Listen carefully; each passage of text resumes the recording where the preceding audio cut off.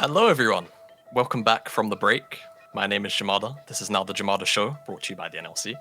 And now, after that pretty one-sided game, we have another game which shouldn't necessarily be too one-sided inside of Singularity and Kova, which, for Kova, a little more pride-based this game, but for Singularity, still playing for seeding towards playoffs, which is, of course, very much important. We have the head-to-head here.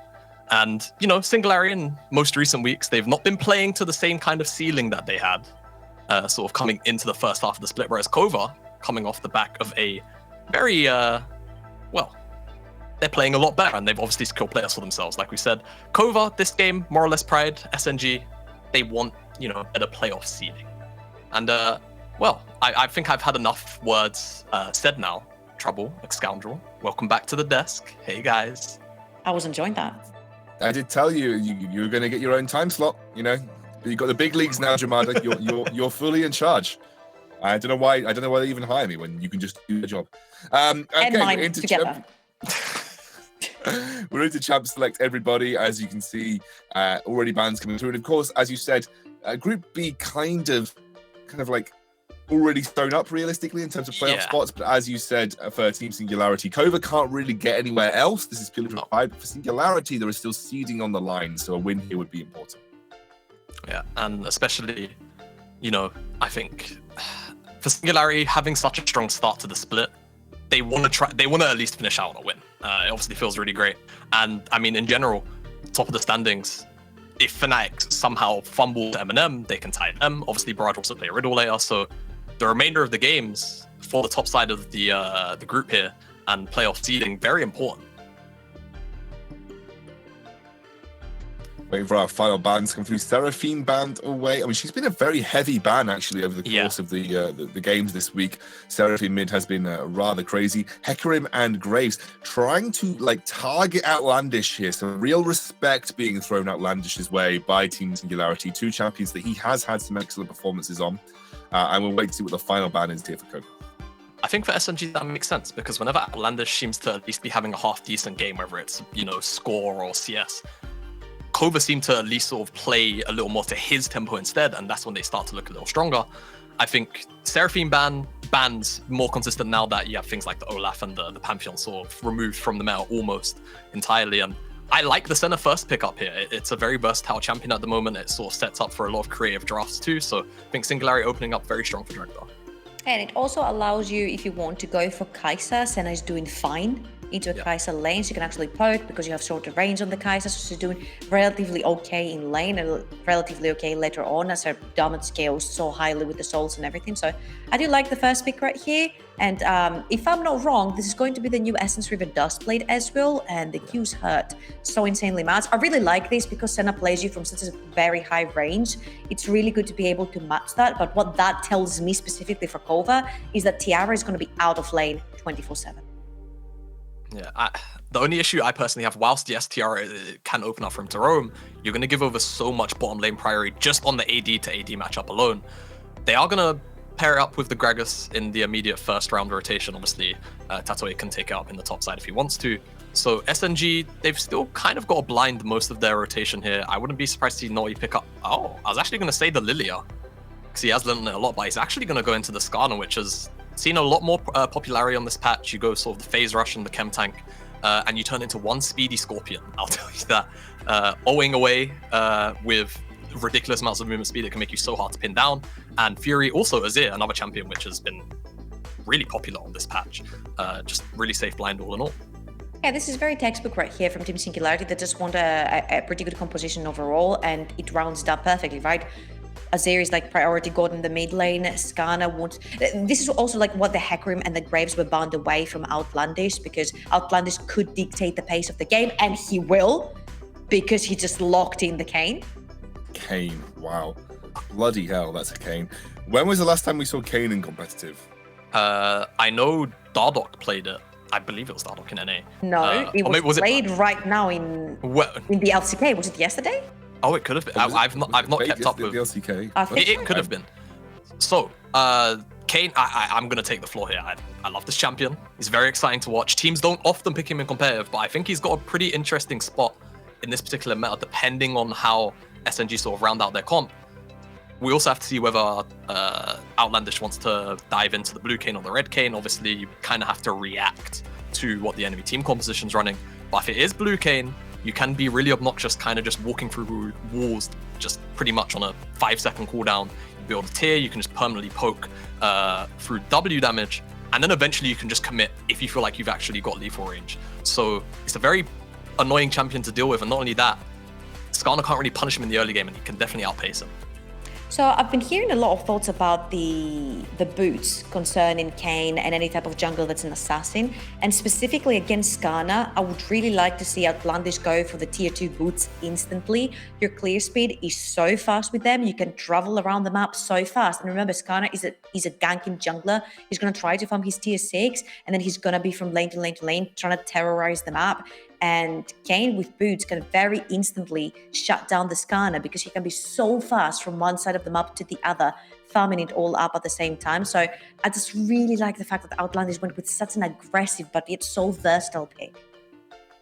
So I've just had a look just to confirm he was played yesterday in the Damwon versus KT game where Canyon played him twice. So Canyon played Kayn twice in the LCK. So hasn't had a huge amount of competitive outing yet, but it is Canyon after all. He is the world champion jungler, and he obviously has a reason to pick Kayn up in this scenario.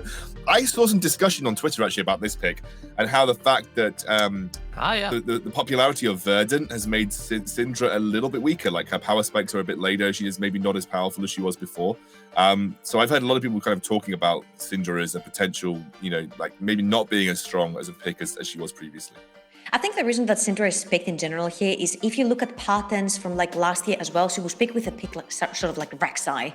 So you want that most damage output in such a short window, like this big burst of both AD damage and AP damage, and Syndra gives you just that. Specifically with the Kayn, that you want to be in and out really quickly. The ultimate is like, it's just so much value for you coming in from the Syndra, because it's both the damage types with big bursts of damage in such a short period of time that you can't really react to it. This is what Kayn really needs to just get going. Yeah, I definitely do agree. And I was actually going to say, I'm kind of surprised you didn't say see Prosper pick up the Thresh here in this kind of situation when you've got the Skarner as well. It's not banned out. Yeah. Opting for the Tahm Kench, obviously Tahm Kench sort of play. But yeah, you're going to see Tiara take it on the other side. It's kind of strange to me. Top, by the way, as well. And yeah, top. Also something we've not kind of touched on. Trundle top, I'm just going to assume Wazor has some kind of dark secret technology knowledge in his brain to recognize that it might be a good matchup into Gragas. I've not seen it. Maybe he surprises us in this game. I'm not going to comment too harshly on that.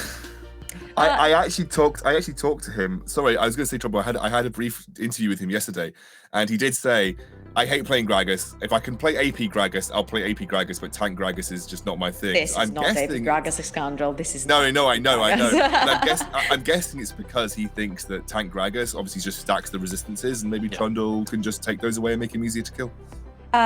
So the composition from Kova is a very pop type of composition. The keys from Ezreal are gonna hit like an assassin because she's going Essence River Dustblade. Then you've got Syndra and Kayn that have them out most of burst in situations. And then you've got that instant engage with the flash body slam from Gragas and the Thresh hook. Someone is going to pop on the other side. And once this is done, it's instantly turned into a 4v5. This is what this composition is trying to do. And honestly, I'm all up for that.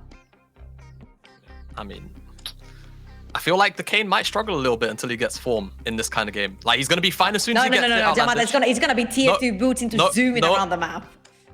Maybe, we'll see. I think he has to go red form in this game. Blue Kayn looks a little bit sketch here, but he's got to deal with so much CC. I think Outlandish has kind of got a tough game for him to play. Curious to see how SNGs want to pilot this composition, though, because it's a little bit out of place, I feel, into what Kova eventually come into. Oh, no. I'm gonna let the casters take this one. Yeah. I don't want to get too much into it. Orcs will be able to talk to it a bit more, but hit Brain and Orcs. Let's go. Kayn baby, he's got Dark Harvest. I am so excited to see this one. Orcs, pretty exciting comp over there for Kova. What are you making of this? Yeah, some interesting picks coming out. I think the Syndra, obviously, talked a little bit about how it's kind of dropping in priority thanks to that Verdant barrier, which we could definitely expect Fury to build if he wants to have an easier time in lane. but it's still going to achieve the priority, and that's the important thing for the Kayn here. And as for the blue Kayn versus red Kayn definitely has a lot of value here in terms of the skirmishing with all these tanks, but I'm assuming the thought process from Outlandish is that there's only 2 carries on the side of Singularity. There's the Azir and there's the Senna. And if you go blue Kayn and you go in and you kill one, even if you die, it's still a good trade, you know? Unless you're like hyper fed and the hyper behind. If the enemy team has 2 carries and you have 3 and you trade 1 for 1, you will take that trade, especially when they're scaling carries like Azir and Senna, who are going to be pretty monstrous later on. So I'm guessing that's the thought process here behind the blue Kayn, although I could see Jimano was very disappointed in it. I mean, red Kayn is the smart decision, but goddamn, blue Kayn is so exciting. It is so exciting to watch. One-shotting people. I'm a little bit concerned about this bot lane, honestly. This is the kind of the question mark for me, because I kind of feel like Kova put themselves in a pretty bad situation. Like, Kova's bot lane have been really strong for them, but Senna should just be able to harass Ezreal down. You stand in the minion wave, you can just poke him out, and then Tahm Kench just negates any pressure from the Thresh. This is just going to allow Senna to really easily farm up the souls, and Tahm Kench isn't going to be too concerned about walking up in melee range and just picking up the farm. So I think this is a really comfortable lane for the Singularity bot lane, and obviously they scale incredibly well. Yeah. I mean, there is just good scaling everywhere, really, for the side of Singularity. Azir, as he gets later on into the game, going to be really, really strong. Obviously, Senna, they're pretty much a given. But yeah, they got good prior early. I feel like fasting Senna actually almost scales better than AD carry Senna, just with the amount of souls you can get. Yeah. It's ridiculous.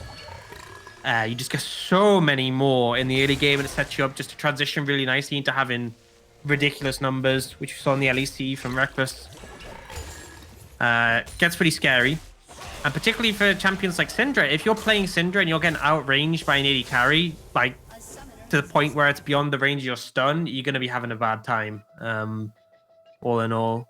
So have a little disconnect there, but yeah. So early game, what we want to see is we want to see Proka finding priority mid or trying to contest against Fury, and Outlandish being able to have not a quiet early game because you want to be getting stacks for your form, but yeah, an unthreatened early game. He wants to avoid an ulti unless an ulti oversteps or is in a bad position, and he wants to do a little bit of fighting, a little bit of ganking, but ultimately it's just about getting close to that form and becoming unleashed.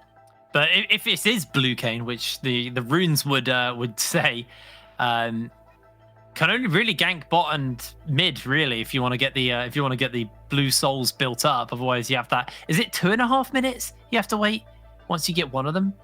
I can't remember how long it is. The exact number, but 4 minutes. From 4 minutes. Yeah, a long time. Wow, it's long. It is long.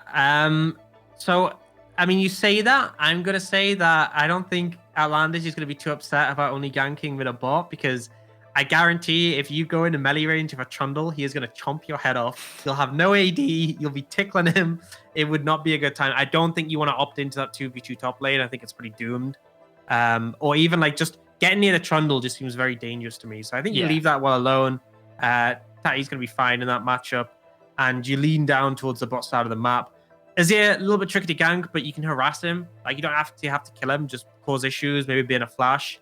Bot lane is tricky. You know, but in fairness, Crossfire doesn't have cleanse. Often we see Tahm Kench's, not specifically fasting, but often in things like Thresh, Tahm Kench runs cleanse, so he's not threatened. But without that available, there's potentially some threat if Singularity do over push that they could go down. But it's nothing's easy for the Kayn to make an impact, and we could just see him looking to farm, and it could be a very late form as a result.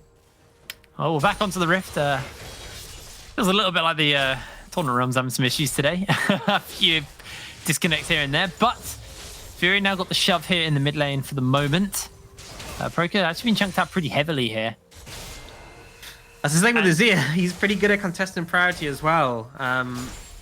This is the big reason you're picking the Syndra, but Fury will scale better than the Syndra and is so far doing well in the early game. Actually opting to go top for Wazor here, and he does have to burn the flash, but he is able to walk it off. I mean, to be fair, if you get your stacks formed quicker anyway, just by ganking top lane and then take the 4 minute hacks, I'm sure there's some maths on it, which Kayn mains have figured out what's the best way to do it. Ultimately, it could also just help burn Wazor's flash, and then means Outlandish can feel free to move around the map as Proka teleports back into lane and instantly has to flash. Always a risky one, teleporting just in the middle of the wave. Could have TP to the tower there, and obviously would have been a lot safer, but I guess wanted to hold the wave instead of the tower. Potentially make it so Fury wasn't able to reset easily, but Proka pays for it. Burns flash instantly on coming back. That's an exposed Syndra as well. Like, Fury's level 4, but it'll hit level 6 before that flash comes in for Proka. He has flash. He can shuffle into Nulti any day. Yeah, and it's not just the Azir, but having the Skarner as well means level 6 is super dangerous for the Syndra. Super dangerous for anyone, in all honesty. Skarner obviously doing really well right now. A big reason he's sort of come back in the meta is with Chem Tank being so cheap. It's now 2,800, and he loves that item. The extra movement speed to get in, kind of similar to how Righteous Glory saved him before, but he can build it as his primary, but hold that thought, we're seeing a bit of action. Yeah, Outlandish is already coming in, looking for Dragdar. Dragdar has to flash away. Outlandish flashes forward, lands himself the W, and one more slash comes down. Snormy, though, low HP as Prospec's looking to run him down, but Outlandish will defend here, and it's a double kill for the Kayn. Meanwhile, Proka scatters Nulti away and gets out scot-free. Absolutely massive for the Kayn, getting a double kill there, and you know, that's what I was talking about. We expect him to head towards the bot side, and Dragdar and Prospect were significantly over pushed there. Super deep in the lane. Enemy team has a Thresh. Enemy team also has a Kayn and come to the wall. So it's no surprise that they ended up getting punished for that one. And now it, you know, having the Kayn 2 already, having him pull off 2 ganks essentially, so getting close to those forms. That'll be a bit worrying for Singularity. Yeah, it really does. Has actually gone for the Tear of the Goddess here on the Kayn. I feel like with the current state of tier, you don't even have to build a mana mune for it to be good. It's like, it's so cheap and it gives you so much mana. It like essentially eliminates mana problems for you for like how little it costs. So it's such a great pickup. As you can see, you know, we've got one for Tatui here. We got one for Outlandish. We got one for Proka. All 3 of them just happy to sit on that tier and kind of get a lot of value from it. A lot of stacking this game. A lot of stacking. Got the center as well. 21 so far for the center. Damn. Keep in mind, 17 or 18 minutes. No, it was 20 minutes into the last game. There was 36 stacks on the center. So you are actually seeing, like, we're 6 minutes in now. And Dragdar, 23 stacks there. You can see that the fasting center, like you're saying, does get a lot of gold value out of those stacks. And yeah, feasting on them. Singularity will be able to start up this dragon. Kova got to spot out some of this wards, but this will just be a sacrifice dragon as Outlandish is heading back onto the rift. A serrated Dirk in the pocket. Curious to see what the build is, whether it's like a Duskblade build or an Eclipse or what really. I think Eclipse is still decent.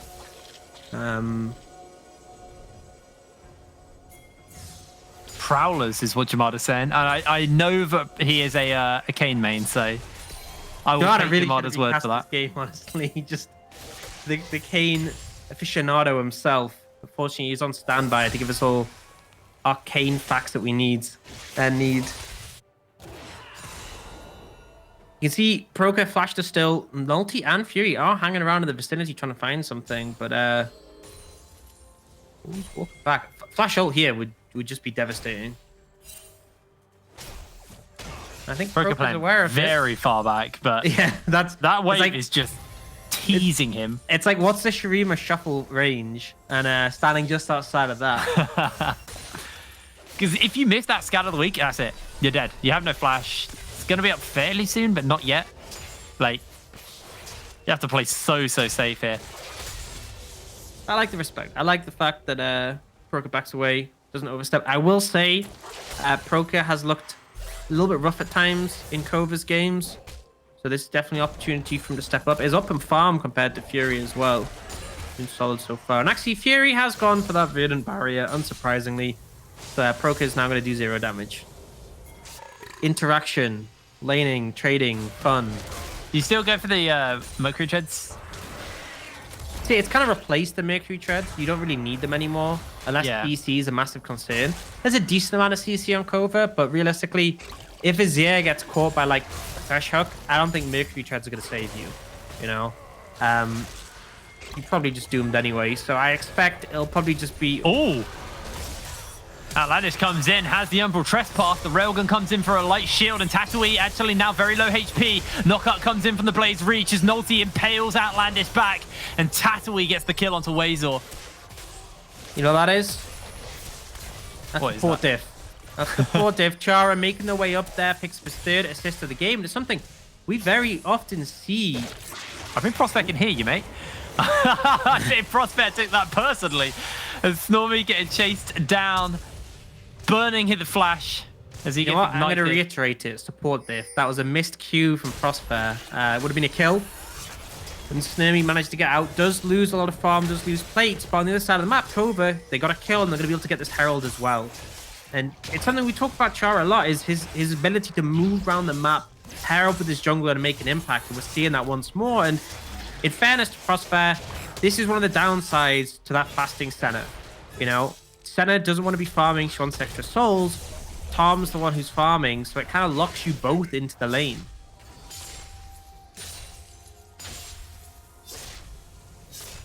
Well, good job by Snormy to be able to stay alive through that dive. Considering he was 1 versus 2.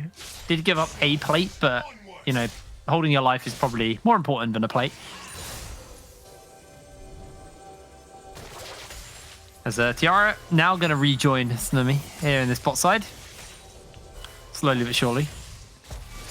Yeah, now's the time when it's important, because if you look at where the wave is, Singularity could potentially freeze. And Snormy would be zoned off really heavily. So good read from Chara. He knows when to roam. He knows when he needs to be bot lane. Obviously, there was a window where Snormy was potentially punished, but in fairness, I think that was maybe Snormy just not respecting him back enough when he needed to. We are 38 stacks on Dragdar. 10 minutes into the game, so really stacking up nicely here on the center. As members are making their way down, both the junglers are here, Outlandish and Nolte around as Nolte looks for Snormy. Snormy able to jump away. They use the hook to keep him in place for Outlandish to get here. Prospect gobbles Nolte up and eats him out. Proka flashes forward, lands a 2-man scatter of the week, looking for Dragdar, but unable to find him thanks to the Shadow Mist, and Dragdar will be able to survive that one. Yeah, the shroud from Dragdar is super powerful there. Stun comes in, but nothing follows through. But again, Nolte just kind of stepping up, not respecting Kova, and Kova nearly taking him out there. You can tell Nolte wants to make things happen, but he's just not finding the windows and Fury. Nice dodge. Yeah, that was a very important dodge there for Fury. I think Outlandish at this point would be able to pop him. Or get very close to it at the least. Yeah, he only has a Verdant Barrier. He doesn't have a Seekers. He's not invincible. Keep in mind, Proka did burn the flash for that play bot lane. So now again is exposed as Fiora finds a good hook there. Has got the play, has got the bot back. Fury uses the Emperor's Divide to save his life. Yeah. Tiara, that's pretty good. That's a pretty good trade for them there. It means Proka a little bit less likely to get caught out and die. As Nolte wants to contest this. Teleport's going to have to get used by Tatooine to make sure they have the area. I like that. I like that they forced the TP out from the Gragas. So Nolte's like, okay, pretending he wants to go for it. As soon as he sees the TP, he knows that they have TP advantage. He backs away. He got what he wanted. He was never going to get the dragon there. But at least he now puts his team into a position where once Wazor's TP comes up, they will have that advantage. And on top of that, Wazor gets some alone time. And Trundle pretty good at taking towers. Yeah, yeah, absolutely. 2 plates like that. Launched that. Wow. Poor tower, honestly.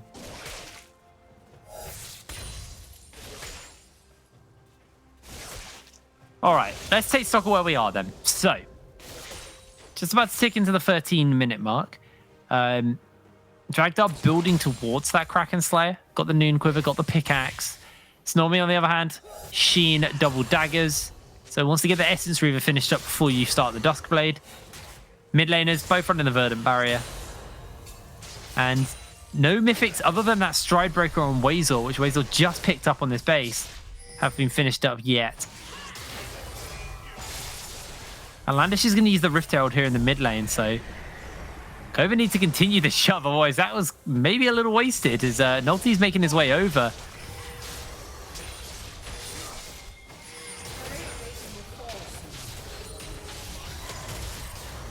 I think with Prospect here, they can't contest this. This Rift Herald is just going down.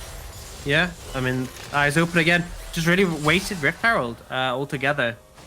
You could tell the timer was running out. Plates were about to go down. So Kova like, we'll just throw it down mid, feeling desperate. But they just didn't have the priority to do so. I mean, speaking of Weasel, Weasel's a Rift Herald in his own right.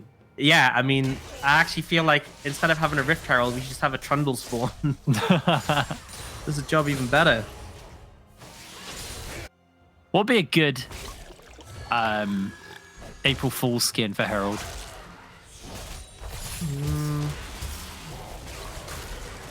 I'll have to hold that one as a... Oh, no! The cask is just so catastrophic, and Outlandish just nopes out of that one. Yeah, Waze are doing damage here, just shredding through Tatui, and they managed to find a kill this time. Outlandish is late to the play, not able to provide any assistance for his top laner. And in answer to your question, I feel like they'd probably go for something like a giant Teemo instead of Herald. That's I feel like you should have a Nunu. So the Nunu kind of charges the snowball up as he charges up and then bops into the tower with that. That'd be pretty good. That'd be a good one. But yeah, they'd probably just do a Teemo. Go to. Like that Annie skin. That was actually a banger though. That is a good skin though. Her new skin's really good as well, actually. Tibbles looks amazing on it. Which one's a new one? The Lunar Beast one. Oh, yeah. Tibbers is like a big orange golden boar. It's so cool. It's actually such a cool skin. Thomas the Tank Engine Herald is what our observer's saying. I mean, you could just have Scion. Like, Scion just charges in. That would be a good one. Yeah. God, we're just a fountain of ideas. Riot's design team should just watch us for ideas. Yeah, maybe we're giving away too many ideas here. They could be making use of this. If you are a Rioter watching this and you're stealing our ideas, then fair play. So you do have the Prowler's Claw coming out from their cane. Thank you very much, Yamada, for calling that one. A lot of burst damage available on it. Makes you even tricky to pin down when you're dashing through your opponents. But we do have the Chem Tank for Nulty, so even more ability to pick targets off and isolate them. Game's definitely taken a bit of a slower pace here in these last few moments. They had that gank in the bot lane where Outlandish got the double kill, and ever since then it's just chilled out. Fury will look to try and crack the first tower for his team, but Proka able to clear the way fairly quickly. And Outlandish hopefully going to use this Rift out a little bit better than that last one. And I believe he's actually in shadow form now. I didn't quite see. Yeah. We'll see when he W's. Yeah, he's in shadow form. So pretty early altogether. Managed to get that one quite soon thanks to the ganking. All things considered. Seen a lot of desperate Canes, just not able to get it. But ultimately hasn't made too much impact in the later stages. There's now throwing down a Herald. Hopefully this one should be enough to get the tower, but we'll need a little bit of help. They can't just let it charge, and Singularity trying to position to defend, but watch Tatui on the flank. Yeah, they're going to get the Essence Flux off onto the tower as well, so that's going to do a fair amount of extra damage.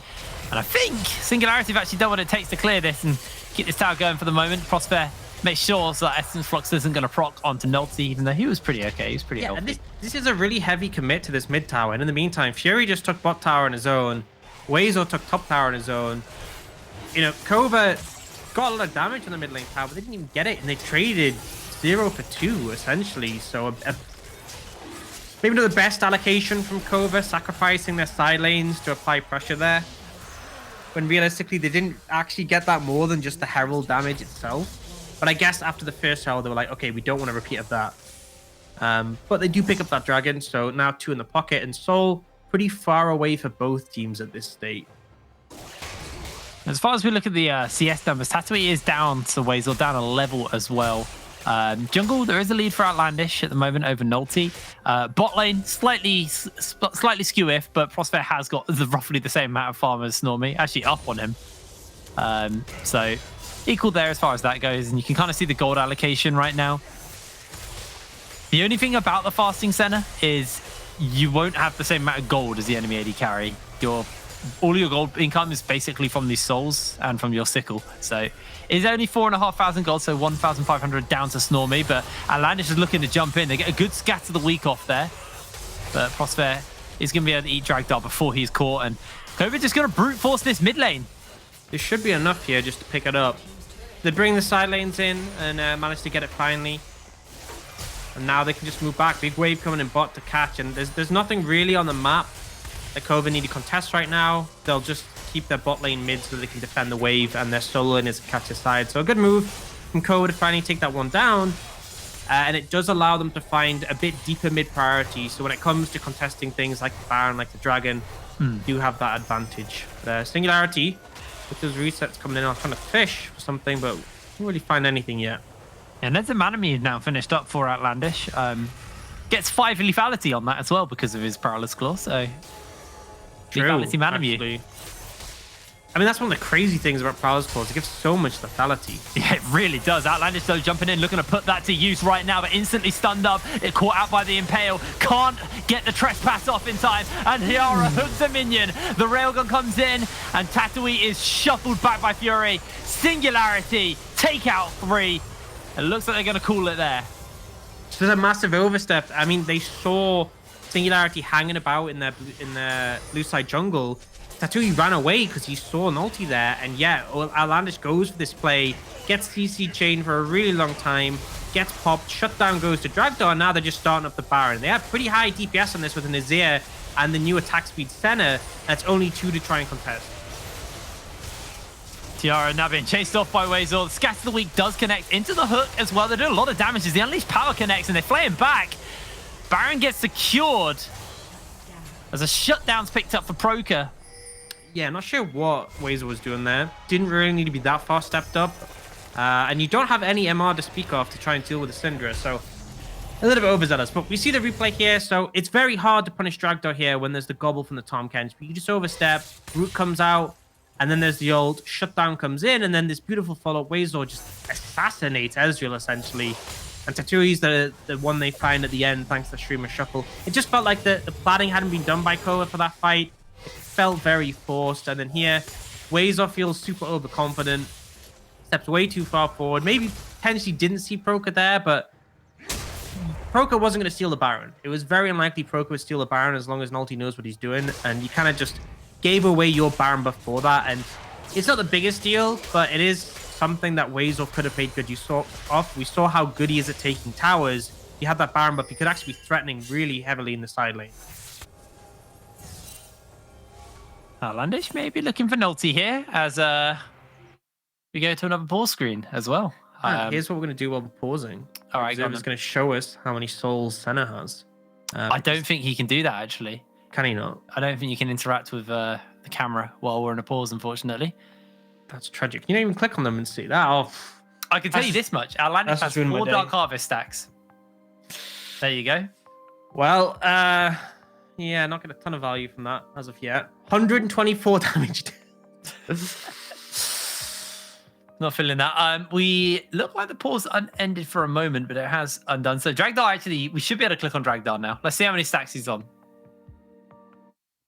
No. We're looking at Outlandish on a pink ward. There we go. That's Proker. That's Proker, yep. All right. Need to go. That's Ezreal. You're the at right least roll. playing on the right roll this time. Yeah. 5 stacks of passive right now if you're interested for Ezreal. That's Tom Kench. Right lane. Support. Oh, no, we're getting further away now. Colder. You're getting colder now. Nulty. Oh, he's found him. Yeah, I think Tiara, Lantern, nobody. Outlandish just jumps in, looks for the assassination. Prospect gets spat out. Outlandish is slowed down. He gets knocked up, has to use the upper trespass on the target he didn't want. And now running away from everybody. The tongue lash takes him out. But Proker able to get a kill onto Dragdar on the sail end there. Tatooine throws out a cask and Snormy is just tickling. Fury shuffles a couple back. And that is 4 members of Kova falling to Singularity. Yeah, they managed to find the assassination up on a Dragdar. You could see Dragdar flashed into the Dragon Pit. And was like, oh. And he saw Syndra coming and was like... He's utilizing the Baron buff. True. To do basically nothing. Fury shuffled to try and help him. Let's have a look at this fight once again, though. Yes, I mean, Nice early pick coming out, but watch Dragdar gets chunked out and then gets spat out here, heals and uses the Q to survive, and then flashes away and then sees Proka and it's like, oh, I have nothing. It just goes down. But the rest of the fight is just hard won by Singularity. They don't have the damage to cut through these bulky frontliners. Ezreal isn't good at cutting through tanks, and especially as his build now is very much a sort of lethality-focused, bursty build. He's not doing great against these tanky frontliners. Outlandish isn't either. It just feels like Kova just doesn't have the damage to cut through picks like this Trundle. And actually, Wazor's picked up the redemption now. Doesn't even need any more tankiness for himself. He's happy with providing utility for the team at this point. Dragdar's on 93 stacks right now, though. So there you go. That is a good, healthy amount. 95 stacks after that. Seen You more. can see the gold difference. That's actually massive fall off a cliff there, really. Singularity able to kind of pull this back when they were slowly slipping away. Fury's looking for Proka, shuffles him, but doesn't quite get it as the Unleashed Power connects, and Nulty goes, this is how you grab him, as he flashes and impales. Dragdar secures the kill. Yeah, a little bit skew whiff there from Fury. Didn't want to be in the flash to go for that play. But Nulty burns his and just easily is able to find the Syndra. Now Wazor. There's the railgun. Yara's chunked already, and that will be the end of him. Almost finding that crystal shard on Snormy. Are you seeing these Mystic shots? Jumps forwards. I mean, these Mystic shots are not doing enough, unfortunately. Look at Wazor's health when he gets hit. It just doesn't move. Here comes the ulti. It's going to clip onto a couple of members, but Singularity, they take this inhibitor tower. They've probably got time to stick around and take the inhibitor as well if they want. Tatooine just getting bot back by the pillar. And yeah, Snormy. Oh, there's a flank coming in from Outlandish. He's on a ward. He's got a TP teleport coming for in the as backup. well. He's actually just buying some space with the shadow step. Jumps in onto Dragdar. This time gets him as Prospect gobbles him up to make sure he's going to get out. Outlandish looks to jump away. Dragdar now buying himself a bit of space. Tatooine's coming in on the flank. Gets the flash. Gets the belly bop. Dragdar still alive and finally goes down. But Fury will be able to finish him off. Meanwhile, within the rest of the jungle, Nulty got the Impale onto Proka, and Prospect will finish that one up. A two-man play comes in, and that is another 4 members of Kova going down. Outlandish, the only one standing, and he's being chased down by the catfish. One tongue lash goes wide. Wins this. The next one, I don't know. Outlandish He's just fed, got the man. damage. He's fed. He's got farm. He's got damage. He's got the Dead Man's Plate to just chunk him out. But I don't think we get to see the end of that. Looks like the end's coming in and Prospect's going to TP to finish this one out. There it is. 25 minutes on the clock. Singularity gets a crushing victory over Kova. They secure himself a delayed ace as well to close it out. And there's Dragdar again. Just a reminder that Dragdar died in that fight once more. It felt, honestly, this game felt like Dragdar would go down, he'd get focused out and get picked off. And then all the tanks would just beat up the side of Kova. They'd just smash on them. And That it was kind of be... Dragdar just didn't get to have fun. That was basically what happened that game. That was basically. And then it would just be the tanks wailing on them, and then you just see Fury just sitting back and just soldiering everyone. It really felt difficult. I think it's the fact that when you look at the composition of Kova, they really needed to get ahead early, and it got to the point where no one had the damage for this front line to cut through them. It was very hard to assassinate the back line. A lot of defensive tools from the Azir and the Senna, and then you also had the Tom Kench provide an extra amount of safety, the Skarner who can pin people down with the ultimate. And it's like, even though they killed Dragdar, it's like they just couldn't kill Trundle, couldn't kill Skarner, couldn't kill Tom Kench, and Fury was playing that game really well, so he just was on fire. Well, it's time to feast your eyes on some goodies. I actually don't know what the hell we're advertising, but let's have a look at them. We'll see you after this break.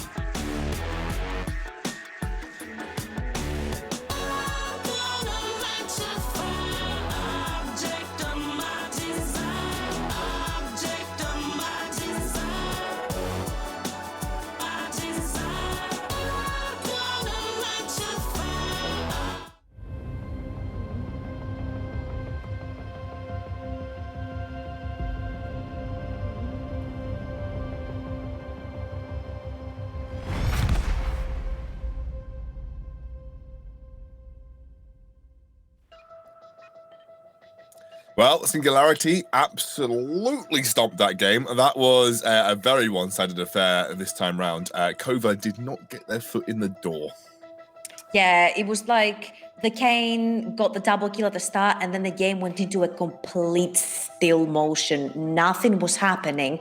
And if there's anything that a composition with 3 tanks and 2 hyper-scaling carries loves, is the game to be in a complete still motion, nothing happening, just farming going down until the Kane is so irrelevant because 3 tanks and a Tam can't. So it was kind of unfortunate. Kova did put the foot down, and then they just sort of let go, and from there it was lost.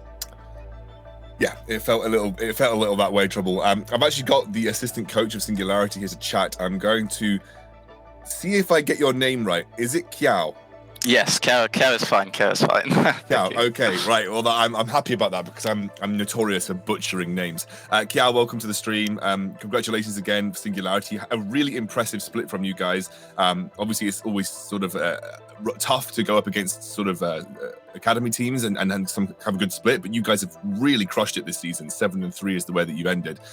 Potentially second place tiebreaker if Barrage win, but right now confirmed second place in the group, which is excellent. Honestly, I can't congratulate you enough. I think you've had a really, really good performance. Thank you. What is it that you think has been the key to your guys' success throughout this split thus far? I mean, mostly in picking up wins. I think Weasel somewhat touched on it, and so did Torok. I think we try to be ahead of the meta as much as we can be, with the patches changing quite drastically this split. So that's the way we're trying to go for wins. And in terms of improvement, we're scaling for playoffs. You're scaling for playoffs. That's still the vibe that you're running with, scaling for playoffs. Yeah.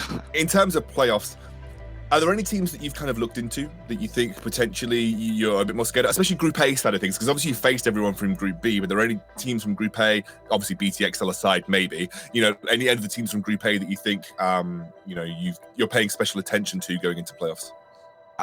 Personally, not necessarily. I think we're mostly focusing on ourselves. I think Group A, of course, BTXL is very strong.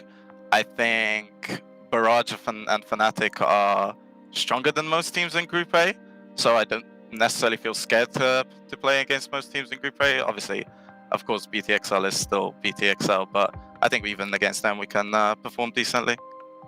Yeah, I think you guys have really proven this split. You're definitely capable of going toe-to-toe with even the biggest teams in the league. And obviously, European Masters on the horizon. Every team has that in their sights, you included. Have you done much sort of scrimming in terms of European Regional League scrimming, going against any other major regions? Yeah, I mean, of course, like most teams, we scrim some LVP teams, some Prime League teams, obviously without naming the names. Of course. I think we have good scrim results against them. Of course, scrims don't mean anything, really. Everything changes once you're on a competitive stage, but I say we're pretty satisfied with our scrim performance and results. Of course, now we're going to playoffs. We are going to be moving into a best of format. So we're going away from the best of ones and sort of heading towards the best of threes and best of fives. Do you think that favors you guys? Do you think that you'll perform better in the longer series? Yeah, definitely. I think we have a lot of flexibility in this team, from players to the coaching staff, that we will favor ourselves in any best of 3, best of 5 scenario. Looking forward to it. Thank you so much for joining me, Kiao, and obviously massive congratulations to Singularity. You guys have had an excellent split, and hopefully we get to see you guys kick it off in the playoffs. Thank you. Which resident professor am I introducing? Is it Jamada? Are we over to Jamada for this resident professor segment? Yes, we are. Let's get into it. Hi, it's I, Professor Jamada, and at this point in the game, we're sitting with SNG with the Baron buff. They're about 3,000 gold up, and this clip is more just highlighting Kova are just disrespecting lane priority. If you've got mid prio in the, you've got mid prio, you've got bottom prio here, and Outlandish, Tiara. This is just not your territory to be in. Now, that being said, we'll get the clip going. Naughty sees Tiara, the hook actually misses onto him, and even if it hit him, I'm not sure what it would have necessarily resulted in.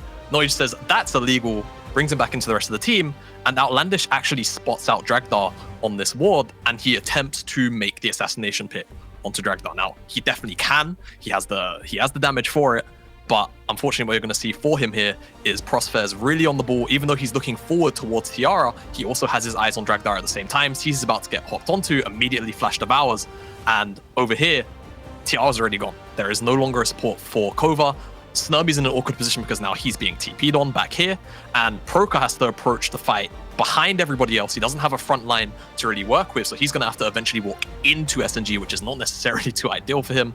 And once Weasel actually completes his teleport, it's immediately a 5v4 where Kova realistically have no chance. And Prosper basically just buys all of the time on the backside where Outlandish can no longer really threaten any of the damage dealers of SNG. Now, whilst Proka does come in here, and he does obviously drop his entire combo onto Dragdar and he dies, at this point, the fight's kind of already done. Weasel stride breakers forward, and then Fury's going to slide in with the Emperor's Divide. And from this point, obviously, they just get wiped.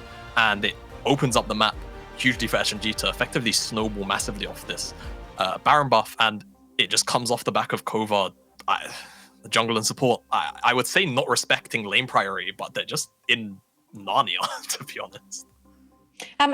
Really quickly, before we have to go into break, Alexandra, I understand, it is the composition from the side of Kova was like a pop and drop. If you don't pop and drop them instantly, then they win. The point was to play 4v5 every fight by dropping someone dead instantly. They just let them scale too much. The tanks were too strong. The front line was too strong. As there is a huge peel of an AP carry as well. So it was just too hard. The second they just stopped fighting, they had already lost the game. Yeah, definitely felt like they put their foot on the accelerator and then immediately ran out of gas that game. Yeah. And then obviously Singularity took over. And the Singularity didn't even need to scale. 25-minute win, by the way. And we weren't, there was supposed to be a scaling team. Guys, as you correctly said, Trouble, we are going to a quick break. So when we're back, we will have our third game.